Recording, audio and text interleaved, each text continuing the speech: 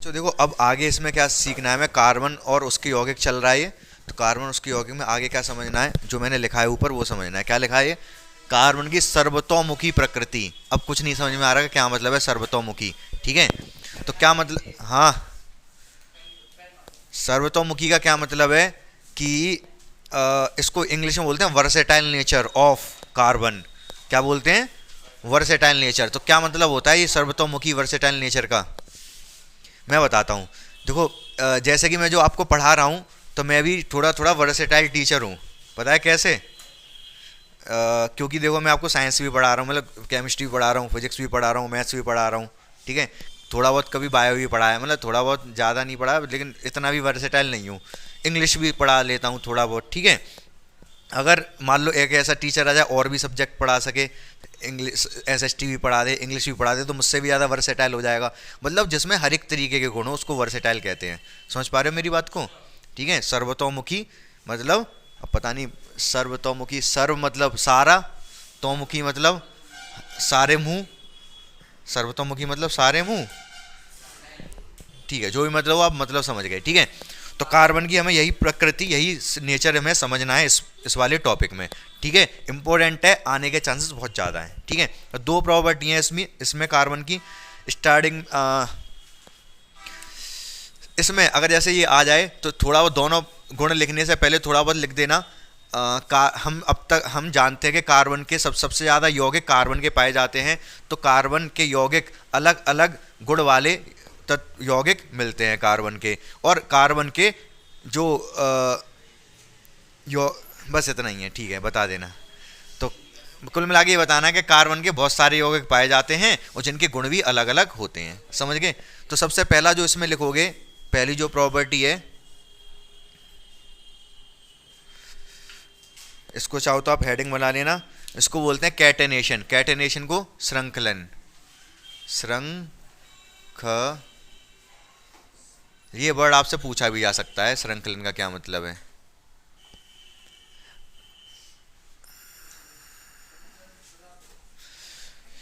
तो इसमें क्या लिखोगे, मैं लिखवा दूं या बता ही दूं? केवल बता देता हूं। चूंकि कार्बन सह संयोजक बंध बनाता है, चूंकि कार्बन सह संयोजक बंध बनाता है, और सह कार्बन का जो सह संयोजक बंध होता है और तत्वों की तुलना में थोड़ा स्ट्रांग होता है। थोड़ा स्ट्रांग को क्या बोलेंगे? अरे तुम्हारा पावरफुल बना दूंगा, इतना पावरफुल तमाचा दूंगा तुम्हारे, पावरफुल, हाँ, ताकतवर, मजबूत कह सकते हो, और वो प्रबल कह सकते हो, मजबूत सही है। तो कार्बन कार्बन का जो सहसंयोजक बंध होता है ताकतवर होता है। क्यों कार्बन का सहसंयोजक बंध ताकतवर क्यों होता है, मैं बताऊंगा, बहुत ध्यान से मेरी बात सुनना। कार्बन एक बहुत छोटा तत्व है। समझ पा रहे हो क्यों छोटा है? केवल 6 ही इलेक्ट्रॉन है उसमें। केवल कितने इलेक्ट्रॉन है? 6। मतलब कार्बन का कल मैंने बताया था, कार्बन है 2 इलेक्ट्रॉन तो पहली कक्षा में होंगे और दूसरी कक्षा में 4 इलेक्ट्रॉन होंगे। तो ये जो 4 इलेक्ट्रॉन है ये नाभिक के बहुत पास हैं। ये बीच में नाभिक है कार्बन का। नाभिक के जितने पास होगा इलेक्ट्रॉन उतना ही ज़्यादा उससे चिपका हुआ होगा। समझ पा रहे हो? अभी 5वें चैप्टर में और अच्छे से समझोगे इस बात को। तो जो नाभिक के जितने पास होगा इलेक्ट्रॉन, वो नाभिक से उतनी ही अच्छी मजबूती से जुड़ा होगा। ये बात समझ पा रहे हो मेरी? तो ये जब सहसंयोजक बंध बनाता है कार्बन किसी के साथ, मान लो कार्बन ने किसी और का, कार्बन के साथ हाइड्रोजन आ गया। क्या आ गया? हाइड्रोजन। ये हाइड्रोजन आया, इसके पास एक इलेक्ट्रॉन है। ठीक है, अब ये थोड़ा इधर आ जाएगा, ये वाला जो इलेक्ट्रॉन शेयर होगा इसके साथ कार्बन का शेयर कर लेगा। कार्बन क्या करेगा? इसका इलेक्ट्रॉन शेयर कर लेगा, मतलब ये वाला इलेक्ट्रॉन कार्बन के पास आ जाएगा। अब जब ये कार्बन के पास आएगा तो कार्बन के नाभिक के बहुत पास है ये। ठीक है, और कोई तत्व लोगे ना, ऐसे मान लो सिलिकॉन ले लिया। सिलिकॉन की इतना मजबूत सहसंयोजक बंध इतना मजबूत नहीं होता है। क्यों होता है? जैसे सिलिकॉन है ये, तो सिलिकॉन में होता क्या है कि पहली कक्षा में 2 इलेक्ट्रॉन होंगे, ध्यान से सुनते रहना। दूसरी में 8 इलेक्ट्रॉन होंगे, 1 2 3 4 5 6 7 8, और तीसरी में 4 होंगे, 14 होते हैं ना, 1 2 3 4।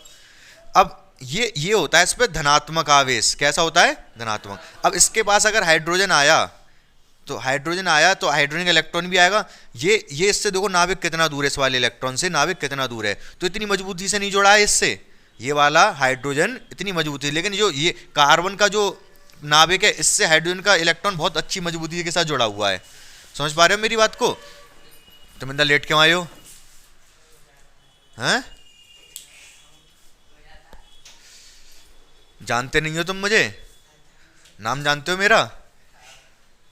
किसी से भी पूछ लेना पूरे इलाके में। खौफ नहीं है तुम्हें मेरा अभी? तो ये इलेक्ट्रॉन क्या है, इसके साथ मजबूती से जुड़ा है, कार्बन के नाभिक के साथ मजबूत है, सिलिकॉन का इतना मजबूत है नहीं जुड़ा। तो कार्बन क्या करता है, कार्बन का सहसंयोजक बंध मजबूत होता है। समझ रहे हो सचिन कुमार या नहीं? ठीक है, तो अब सुनते जाओ फटाफट। श्रृंखलन, श्रृंखलन का क्या मतलब है? तो इसमें रीजन लिखोगे, पहले क्या लिखोगे, चूंकि कार्बन का सहसंयोजक बंध बहुत मजबूत होता है, चूंकि कार्बन का सहसंयोजक बंध बहुत मजबूत होता है, अतः कार्बन कार्बन के साथ मिलकर कार्बन की एक बहुत बड़ी श्रृंखला बना सकता है। कार्बन कार्बन कार्बन कार्बन का परमाणु मिलकर बहुत बड़ी श्रृंखला बना सकते हैं, जिससे कि इनके बहुत सारे यौगिक, कार्बन के बहुत सारे यौगिक पाए जाते हैं। ठीक है, कार्बन के बहुत लंबी श्रृंखला बनाने के गुण को श्रृंखलन कहते हैं। कार्बन के लंबी श्रृंखला, कार्बन कार्बन के साथ मिलकर लंबी श्रृंखला बनाने के गुण को श्रृंखलन कहते हैं। समझ पाया मेरी बात को या नहीं? मैं बता दूं, ध्यान से सुनना। होता क्या है, जैसे ये कार्बन आया, एक और कार्बन आया, ये कार्बन आपस में एक एक इलेक्ट्रॉन शेयर कर लेंगे। ये कार्बन इलेक्ट्रॉन शेयर कर लेगा, ये कार्बन, ये कार्बन, ये कार्बन, ये सारे कार्बन जुड़ गए आपस में। बाकी आप एक ही एक तो शेयर हुआ। कार्बन के कल मैंने बताया था 4 इलेक्ट्रॉन होते हैं, 4 इलेक्ट्रॉन उसको चाहिए होते हैं, 4 होते हैं उसकी भारी कक्षा में, 4 और चाहिए होते हैं, 8 करने होते हैं उसको। एक एक तो शेयर हो गया, बाकी 3 कहीं और से कर लेगा, हाइड्रोजन वाइड्रोजन कुछ भी हो सकता है। समझ पा रहे हो? मतलब 3 के लगा दिए इस पे मैंने, हाइड्रोजन। इसको ये कितने शेयर कर चुका है कार्बन? 2। एक इसने इससे ले लिया, एक इसने इससे ले लिया। ये सिंगल बॉन्ड का मतलब एक एक शेयर हो गया इनमें इलेक्ट्रॉन। तो इस पर 2 और चाहिए, 4 की शेयरिंग करनी है ना। इसको 2 और चाहिए, इसको भी 2 और चाहिए, इसको भी 2 और चाहिए, इसको 3 चाहिए लास्ट में ना। ये समझ पाया मेरी बात को? हाँ या ना? ठीक है, तो देखो कितनी लंबी श्रृंखला बना ली। 1 2 3 4 5 6 6 कार्बन जुड़े हुए हैं इसमें। 7 भी जुड़ सकते हैं, 8 भी जुड़ सकते हैं, 9 10 11 12 कितने भी कार्बन जुड़ सकते हैं, क्योंकि इनके कार्बन कार्बन का बीच का जो सहसंयोजक बंध है वो मजबूत है, टूटेगा नहीं इतनी आसानी से। समझ रहे हो ना? ठीक है, अगर रस्सी तुम्हारी मजबूत होगी तो कितने भी जोड़ लो उसको लंबे तक, अगर रस्सी कमजोर होगी तो ज़्यादा लंबा करोगे तो टूट जाएगी वो, और कोई तत्व है इतना लंबा श्रृंखला नहीं बना पाएगा।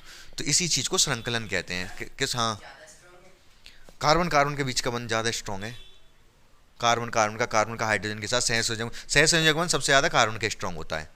समझ रहे हो? इसलिए इसकी लंबी श्रृंखला पाई जाती है। तो आपसे अगर पूछा जाएगा श्रृंखलन, व्हाट इज श्रृंखलन, तो क्या बताओगे आप?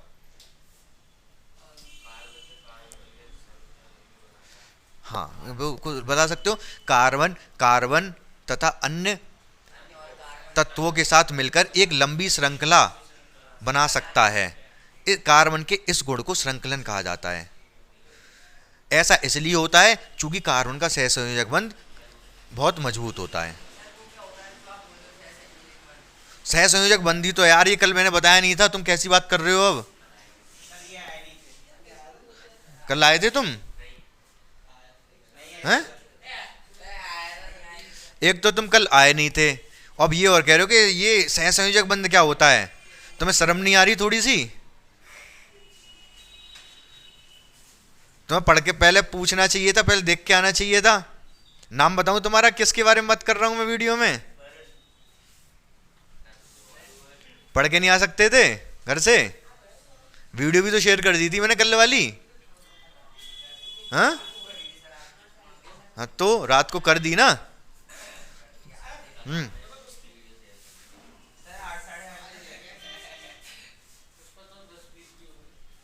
बॉन्ड बना रहे हैं ये भी, हाथ एक गले में हाथ डाल के।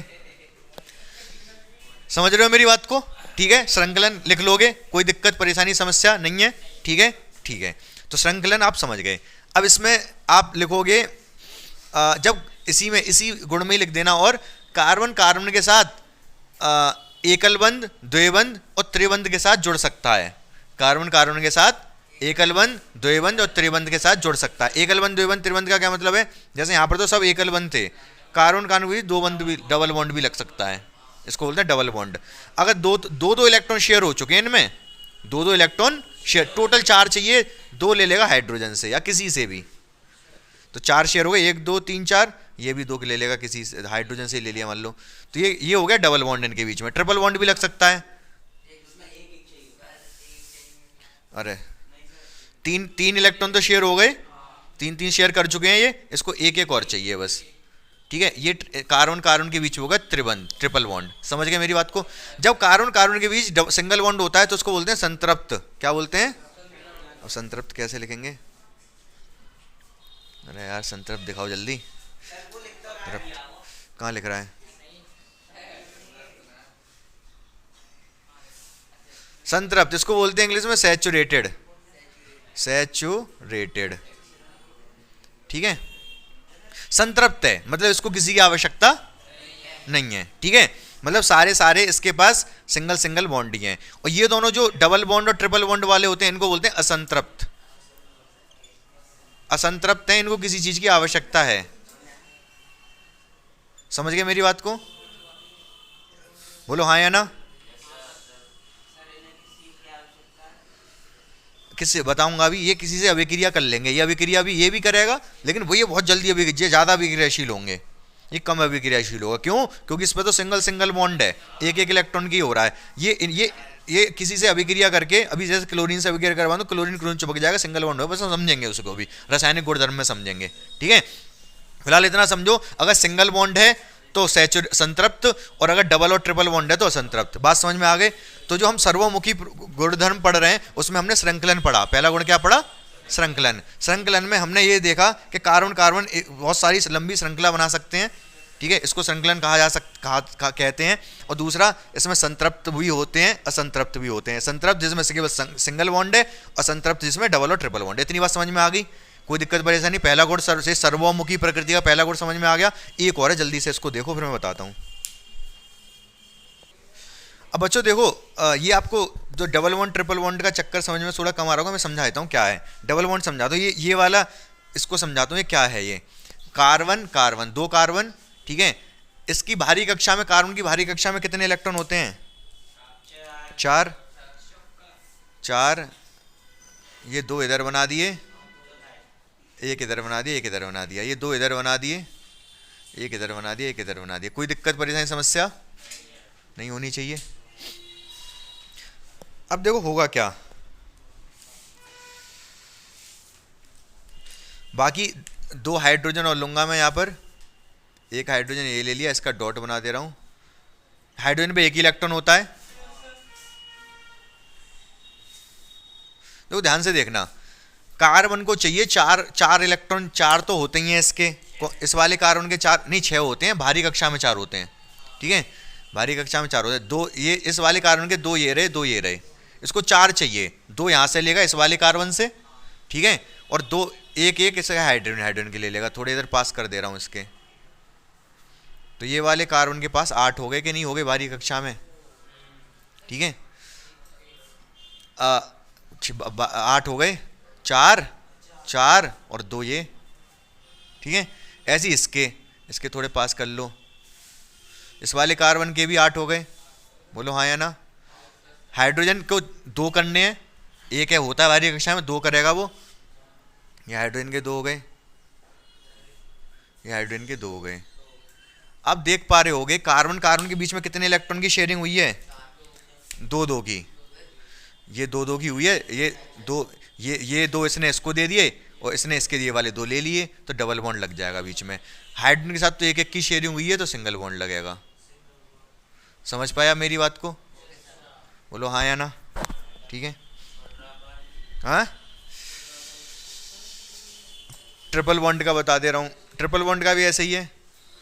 ट्रिपल बॉन्ड में क्या होगा? कार्बन कार्बन 3 शेयर कर लेंगे आपस में, 3 इलेक्ट्रॉन शेयर कर लेंगे। इसके बाद टोटल 4 हैं, 3 तो ये हो गए, एक और होगा, 3 इस वाले कार्बन के 3 ये हो गए, एक और होगा, एक हाइड्रोजन आ जाएगा, हाइड्रोजन, एक इधर हाइड्रोजन आ जाएगा। तो क्या हो जाएगा?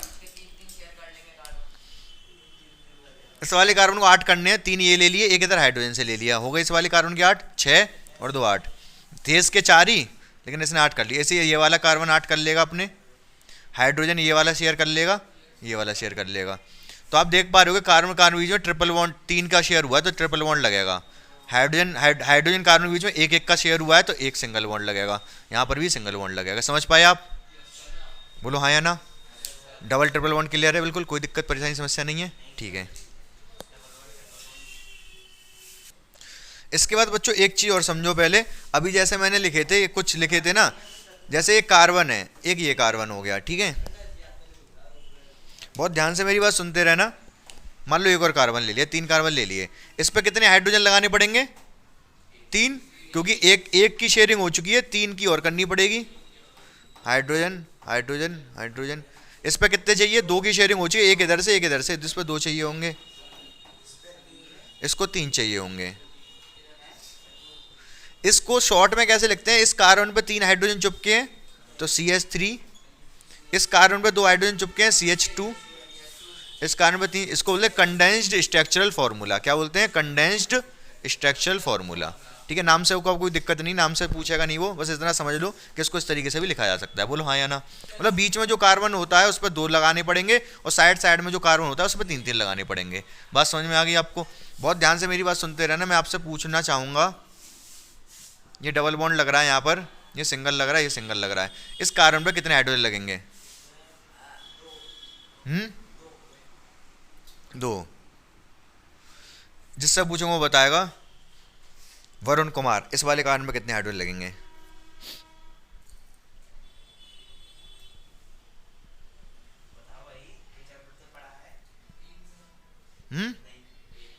एक, 3 शेयर हो चुका है, 1 2 3, 3 की शेयरिंग तो हो चुकी है, इसको 1 हाइड्रोजन की आवश्यकता है बस।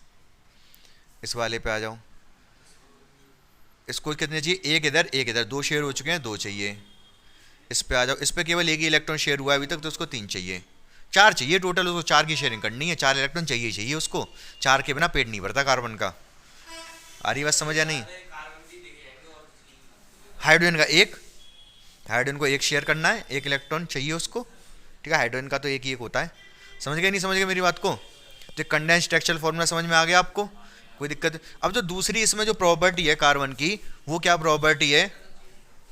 क्योंकि कार्बन का सह संयोजक वही चीज है दूसरी वाली प्रॉपर्टी में भी। पहली वाली तो श्रृंखलन बता दी मैंने, याद रहेगी, इंपॉर्टेंट है, श्रृंखलन का मतलब याद रहेगा, दिमाग में बैठा लेना। अभी अपने मैं आपको दे रहा हूं, अभी नहीं, 1 मिनट का टाइम दूंगा, पहले ये और बता दूं, इन दोनों को अपने दिमाग में रिवाइज करोगे जो दोनों प्रॉपर्टी बताई मैंने अभी, ठीक है। तो पहले इस वाले को सुन लो। आगे क्या होता है? चूंकि कार्बन का जो सहसंयोजक बंध होता है वो कैसा होता है वरुण? मजबूत। कार्बन का सहसंयोजक बंध मजबूत होता है, स्ट्रांग होता है, इसलिए वो किसी अन्य तत्वों के साथ भी अभिक्रिया करके अन्य नए तत्व बना लेता है, अन्य नए यौगिक बना लेता है।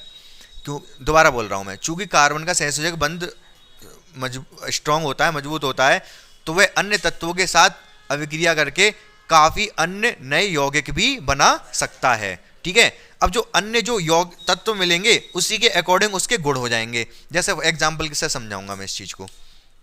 जैसे मान लो CH3 है, CH4, अभी जैसे मैं लगा रहा था यहाँ पर, ऐसे मान लो CH3 CH2 CH3, एक ऐसा बताया था मैंने अभी, ध्यान है आपको, ठीक है। अब इस हाइड्रोजन की जगह जरूरी नहीं है हाइड्रोजन ही लगे, इस हाइड्रोजन की जगह क्लोरीन भी लग सकता है। इसको हटाओ, इतने 2 ही ले लो, CH3 CH3, ठीक है, CH3। अब ये है, ये ऐसे लिख दिया मैंने। अब जो नहीं है इसका हाइड्रोजन की जगह एक हाइड्रोजन कम कर दो, 2 कर दिए, इसकी जगह मैं OH लगा सकता हूँ, ठीक है। एक हाइड्रोजन कम करके उसकी जगह OH लगा दिया। मैं बना के दिखा देता हूँ। जैसे हाइड्रोजन, इस पर तो तीनों हाइड्रोजन है, ठीक है, इस कार्बन पर तो तीनों हाइड्रोजन हैं, इस पर 2 हाइड्रोजन, तो 2 तो हाइड्रोजन लगाए। वैसे तो इसके अकॉर्डिंग देखो तो तीसरा भी हाइड्रोजन होना चाहिए। ये वाला तो मैंने इसका बनाया, कार्बन पे 3 हाइड्रोजन, एक तो कार्बन से ही शेयर कर रहा है, इस कार्बन पे भी एक कार्बन शेयर कर रहा है, 3 हाइड्रोजन, 4 है कि नहीं। अब ये हाइड्रोजन हटके हो सकता है कुछ और OH लग जाए, OH लग गया तो ये बन गया एल्कोहल। क्या बन गया? शराब बन गई है, ठीक है।